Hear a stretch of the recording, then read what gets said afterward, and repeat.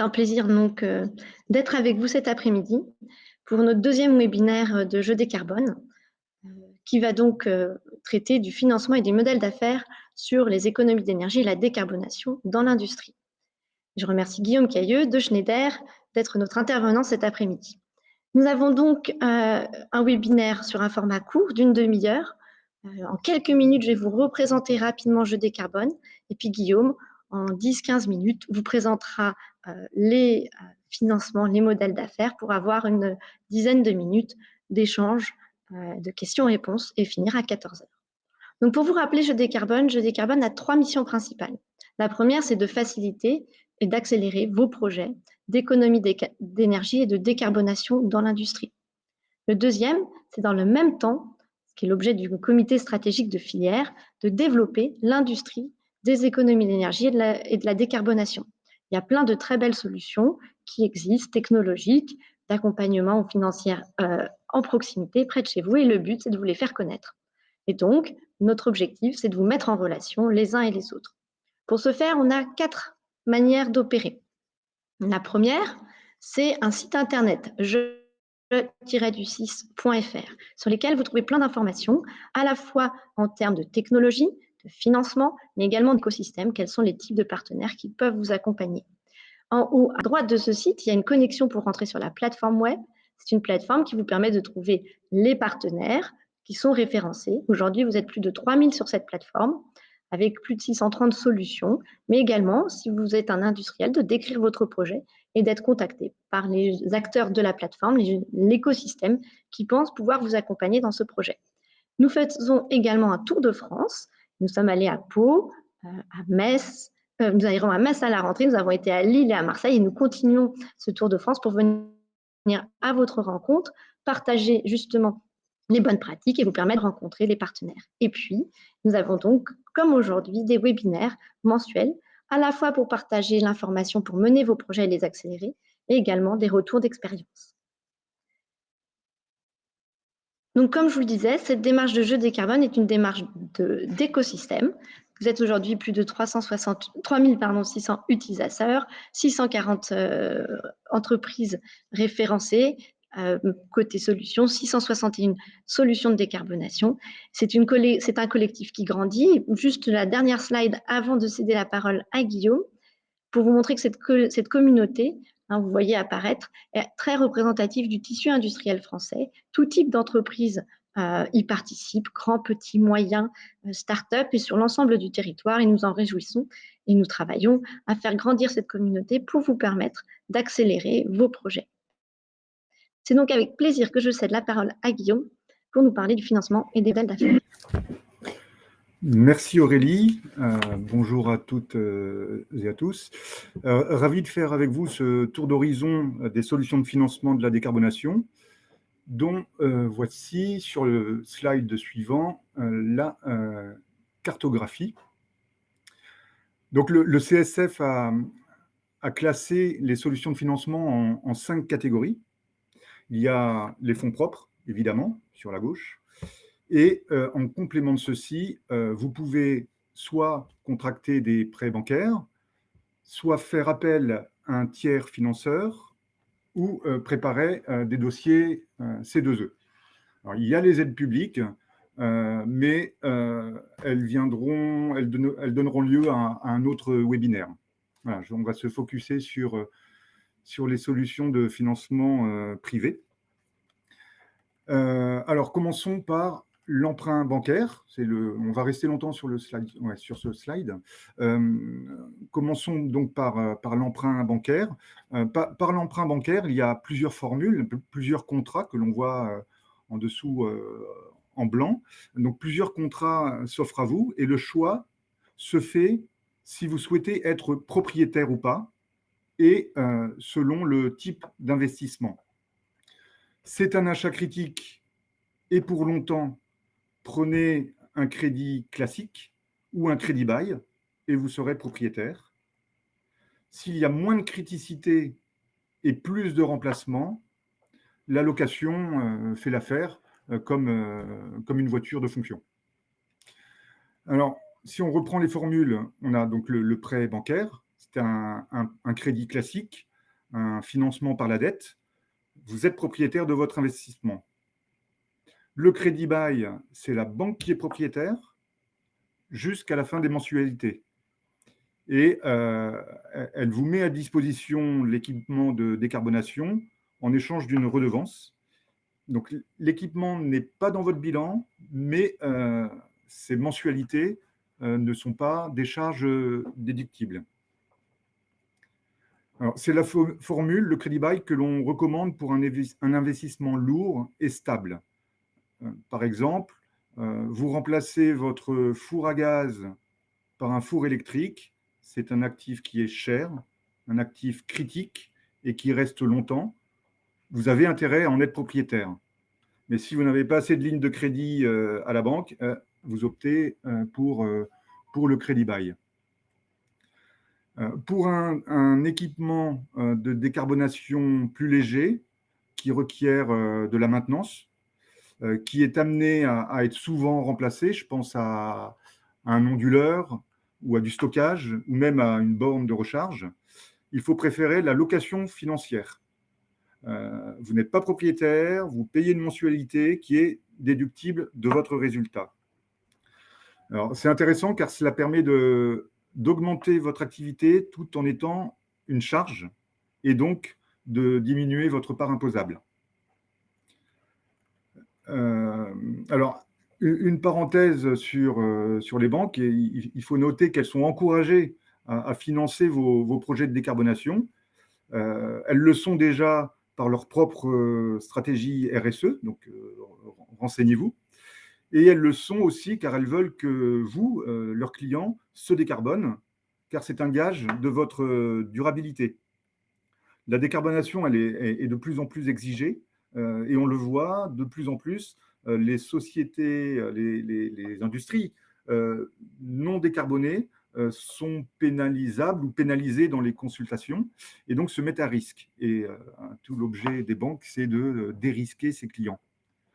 Voilà alors, sur le site Je décarbone dont parlait Aurélie tout à l'heure, le site Je décarbone recense donc toutes les solutions techno de décarbonation, mais elle liste aussi les partenaires financiers, les banques, on vient d'en parler, et les tiers financeurs, j'en parlerai plus tard.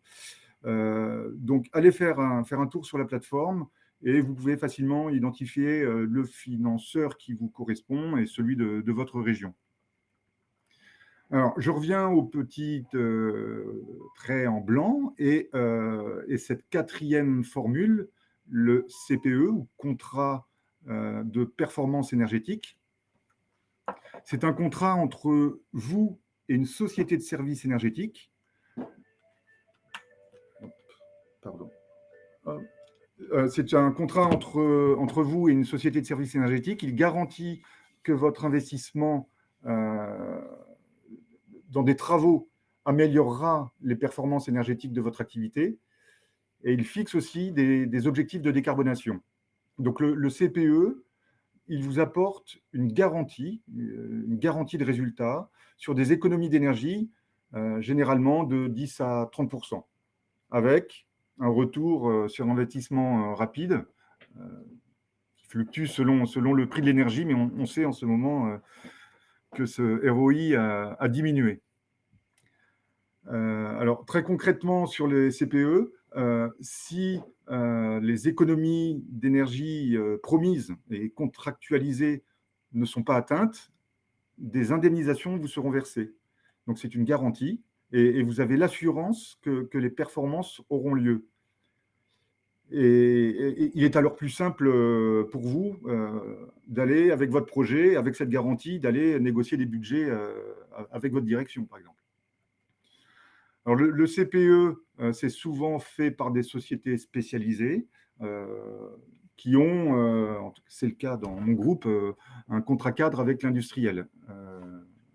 Donc, contactez soit ces sociétés, soit les industriels pour faire le lien et faire la boucle. Le tiers financement, le client de décarbonation, donc vous, fait appel à cette société spécialisée qui va pouvoir financer le matériel sous forme de location, soit sous forme de location, soit en proposant des garanties telles les CPE. Donc, c'est un modèle où le financement est porté par autrui avec ces mêmes garanties. Alors, encore une fois, dans les groupes industriels, et c'est notre cas, on accompagne, par exemple, nos clients tertiaires sur leur système photovoltaïque ou de pilotage de GTB avec des tiers financeurs, partenaires, qui permettent de financer le projet et garantir ces économies d'énergie et de décarbonation. Alors, je sais qu'il y a aussi des tiers financeurs qui ont développé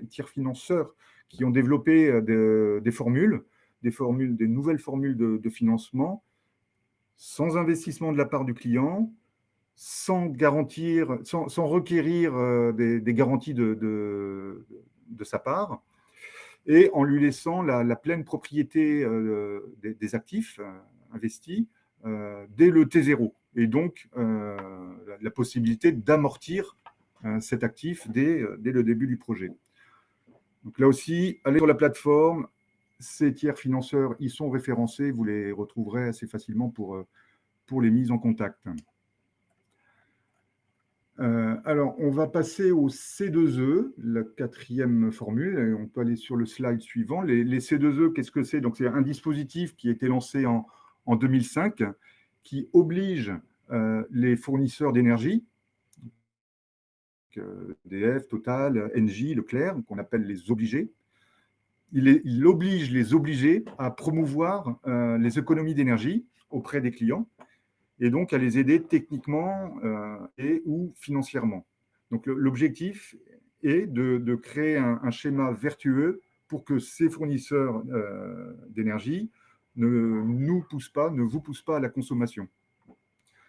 Donc ce dispositif s'applique à plusieurs secteurs, le bâtiment, le transport, et c'est le cas de notre webinaire, à nous, à l'industrie. Donc, il s'applique à plusieurs secteurs et à plusieurs formes d'énergie, le fuel, l'électricité, le gaz. Alors, on peut aller sur le schéma au slide suivant.